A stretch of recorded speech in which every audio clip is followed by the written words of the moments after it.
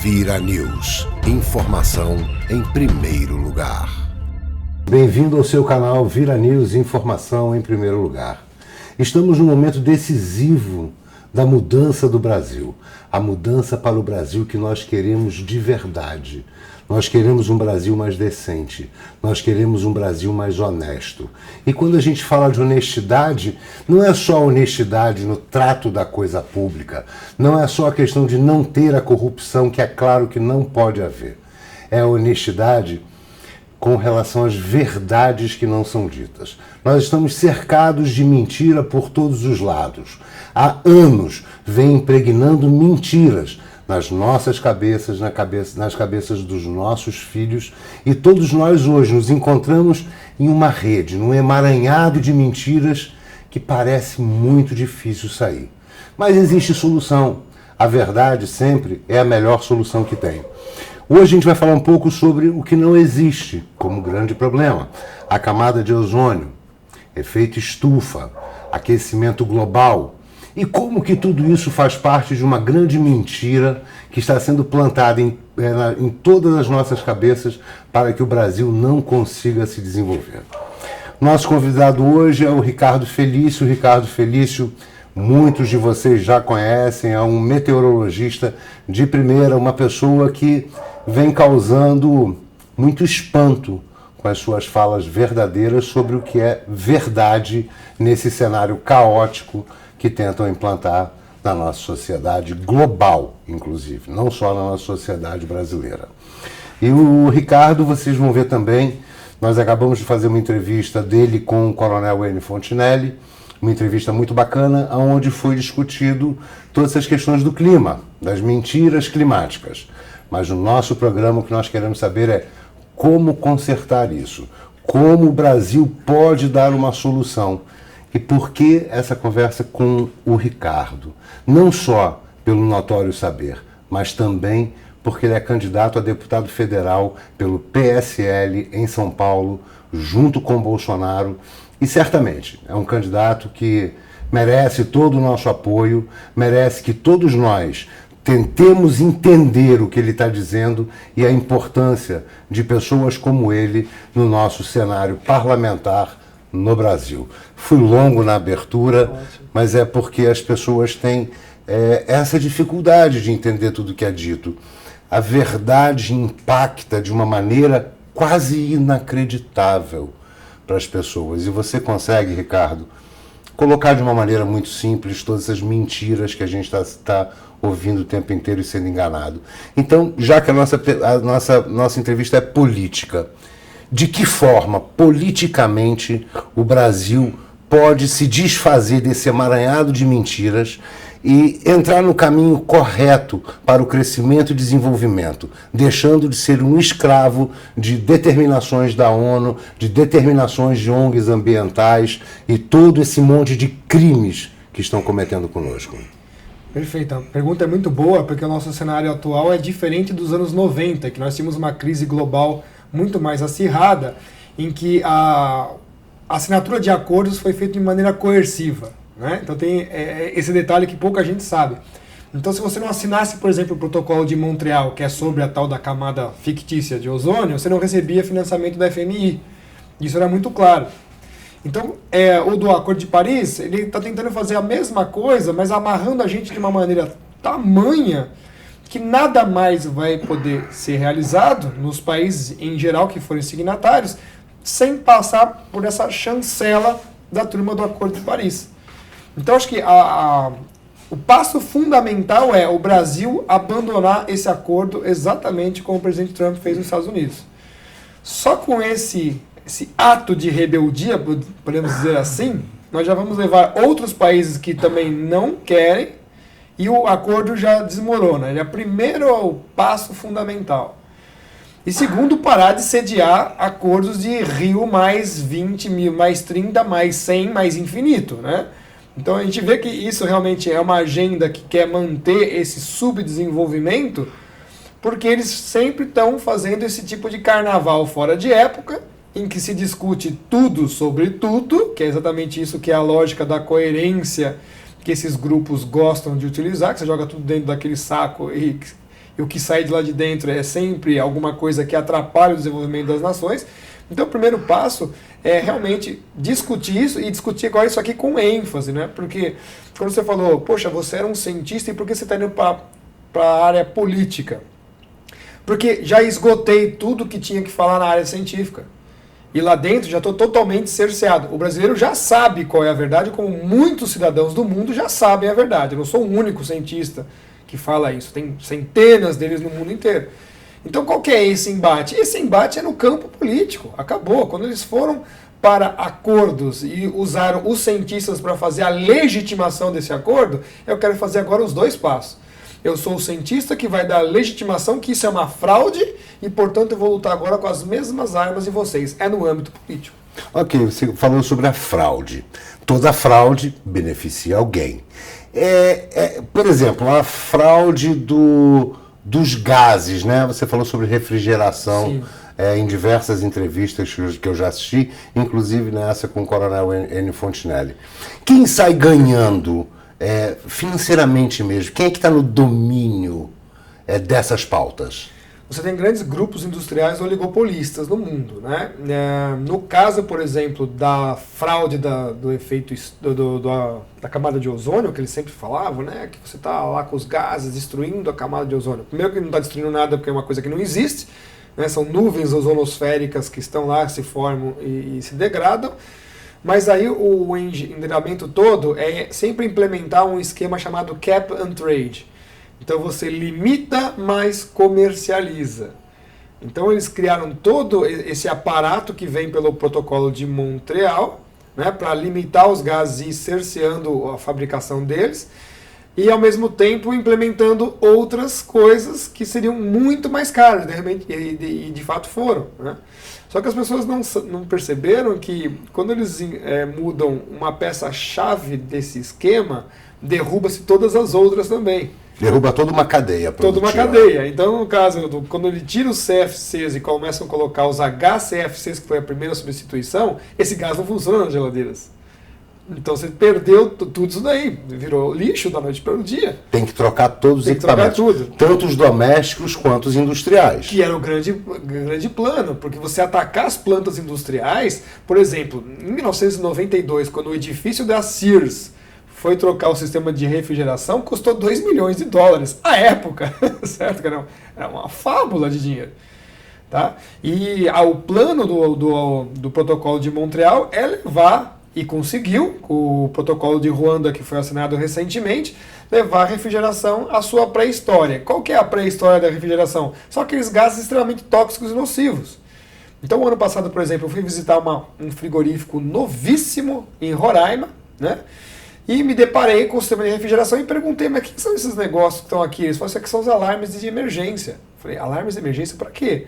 Porque se vazar o sistema de refrigeração e trabalhar com amônia, as pessoas na fábrica morrem em 3 minutos. Então notem, você troca um negócio que era extremamente eficiente, completamente inerte para o meio ambiente e conseguia dar uma segurança importantíssima para as plantas industriais por uma coisa que é extremamente volátil, que vai trazer problemas e tudo mais. Por uma farsa que é afetar a camada de ozônio. E aí você viu que grandes grupos industriais que trabalhavam com a química fina mudaram seus patrimônios da noite para o dia em uma ordem de 10. Então, só para entender, o clima é cíclico e a mentira também. A mentira também. A mentira também, eles têm que ir mudando para conseguir fazer com isso dinheiro.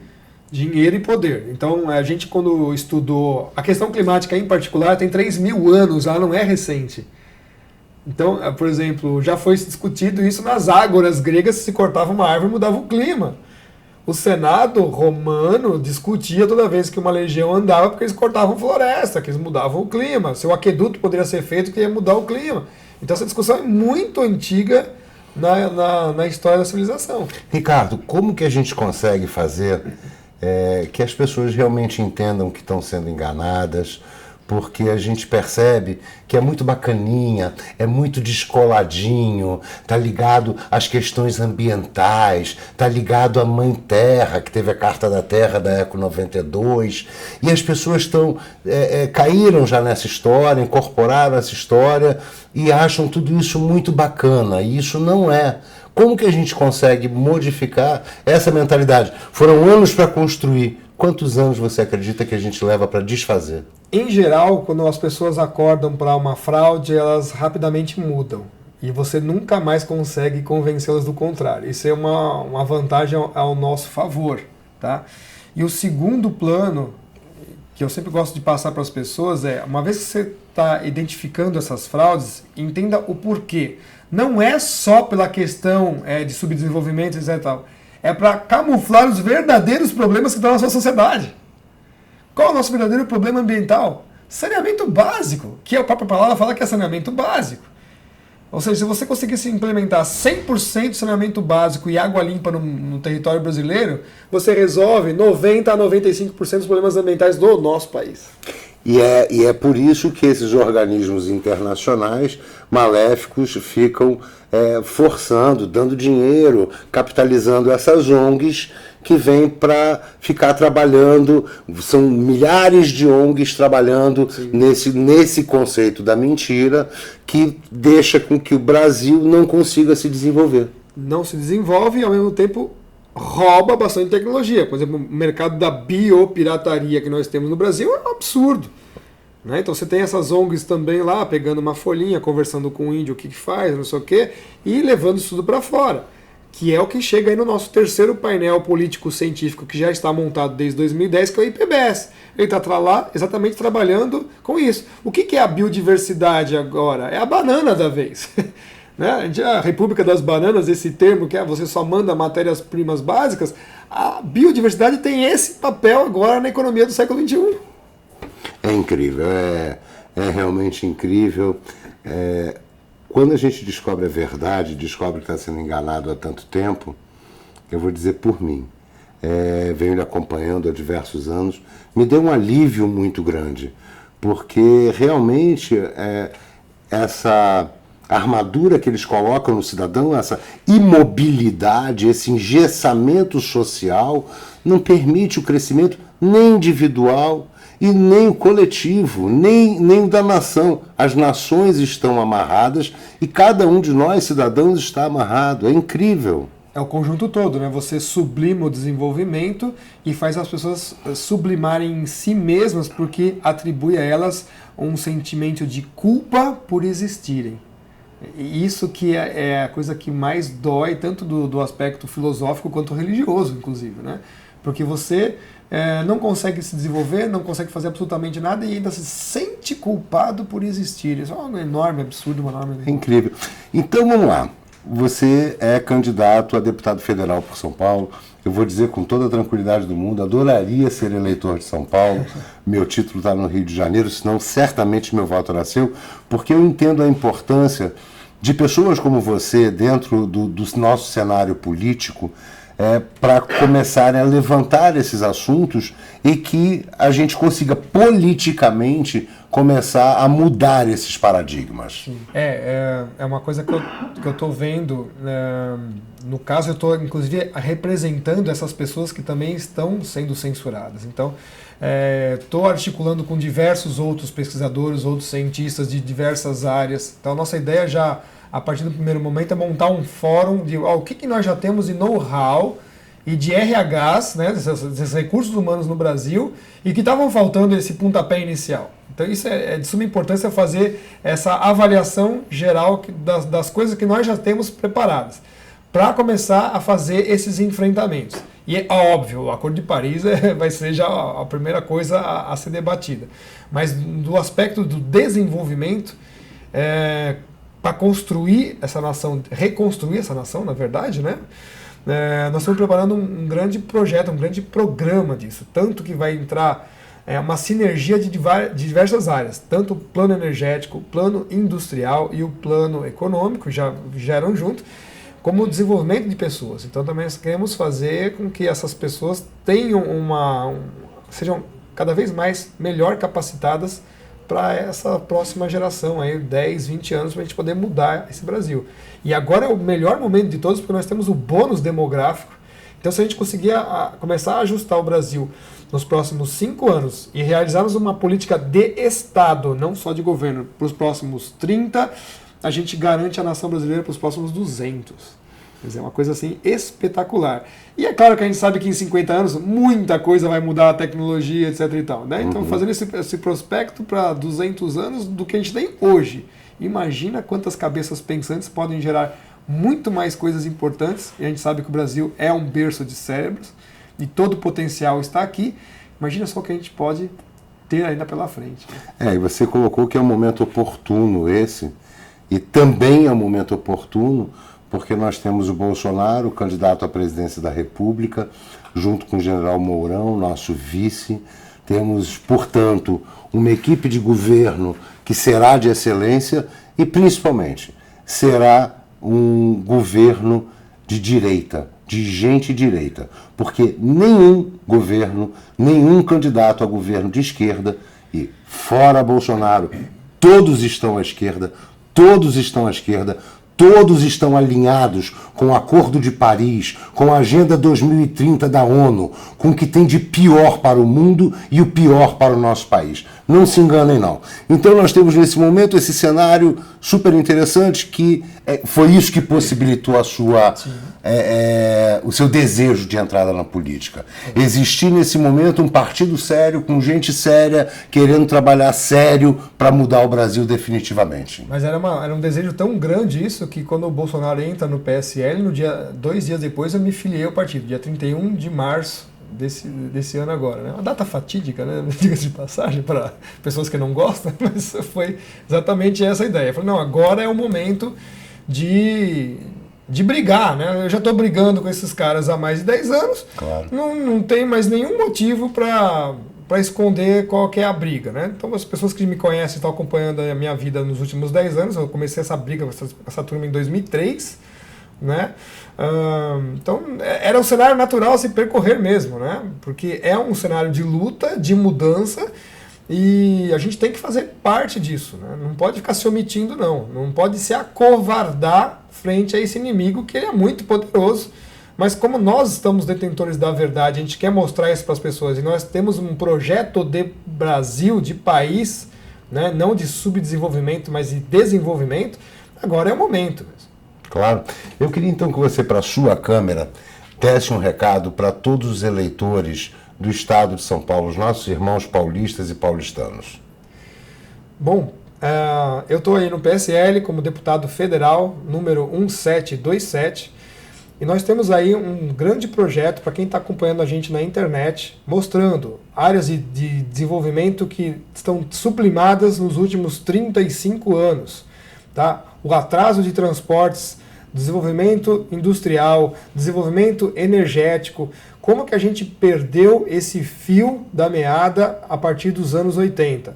Então, a nossa ideia é retomar todo esse plano estratégico, geoestratégico inclusive, de desenvolvimento do Brasil. São várias frentes que vão ser abertas, mas nós temos aí pessoas bastante capacitadas para fazerem isso funcionar. Tá? Então nós estamos com essas primeiras premissas, as primeiras ideias. É claro que não dá para detalhar todos esse grande volume de informações, mas os planos são exatamente regionalização do Brasil em todos os aspectos: energético, industrial, econômico e social. Tá? Isso vai trabalhar junto, porque quando você começa a fazer um desenvolvimento econômico seguro, de fato, você vai ter também um desenvolvimento social. E aí nós vamos caminhando devagar, né, e levando o nível cultural do nosso povo, etc. e tal, para um desenvolvimento superior dos próximos 20, 30 anos, projeto de Estado, que é o que a gente precisa. Então tomem cuidado com esses candidatos que dizem aí que não querem mais a ação do Estado, né? Eles ficam falando, não, mas o Estado não está se metendo. Cuidado com isso, porque isso aí é um discurso que está elencando o quê? Favorecer a Agenda 2030. Então, é o paradoxal, não queremos o Estado brasileiro, mas queremos a agenda da ONU. Né? Então, sempre que eu falo assim que a gente precisa de um Estado forte, não é um Estado forte contra o cidadão, é um Estado mínimo, mas aquele que é responsável em defender os nossos interesses. contra os inimigos internos e os externos. Olha, Ricardo, foi um prazer te entrevistar, foi um prazer enorme te conhecer. Agradeço ao Coronel Enio Fontinelli por essa oportunidade e te desejo toda a sorte do mundo. Espero de verdade te encontrar muito em Brasília, na Câmara dos Deputados, porque eu tenho certeza que pelo seu conhecimento você vai fazer um trabalho brilhante para todos nós, para todo o Brasil. Sem exceção. Obrigado, querido. Obrigado. E é isso. Perceberam que o Brasil está num momento de mudança? Perceberam que esse momento de mudança depende de cada um de nós? Depende de mim, de você? Depende da gente não cair nessas histórias da carochinha que os candidatos estão nos contando. Lembre-se, todos estão à esquerda. Pergunte para o seu candidato, você é favorável à Agenda 2030 da ONU? Se for, numa boa, esqueça esse candidato, porque por mais que ele se diga abertinho, legalzinho, novinho ou qualquer outro termo, ele não tem nada de novo, não tem nada de legal e não tem nada de bom para o Brasil. Nós temos hoje a oportunidade de fazermos um excelente presidente e formarmos também um excelente Congresso Nacional.